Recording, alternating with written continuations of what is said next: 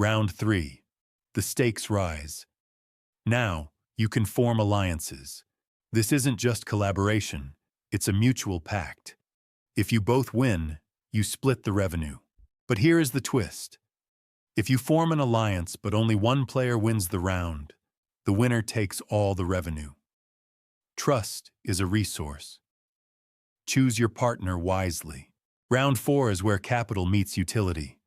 You can choose to invest your earnings from previous rounds into another player's business.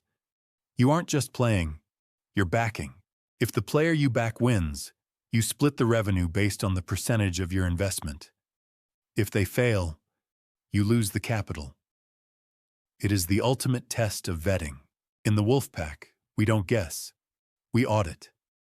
Does the project have velocity, or is it a ghost? Your capital is your vote of confidence. Investment secured. Now the build has the fuel it needs. The deal is inked.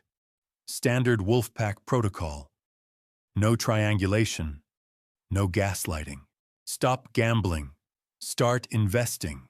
In the final tutorial, we launch the startup. The simulation ends. The build begins.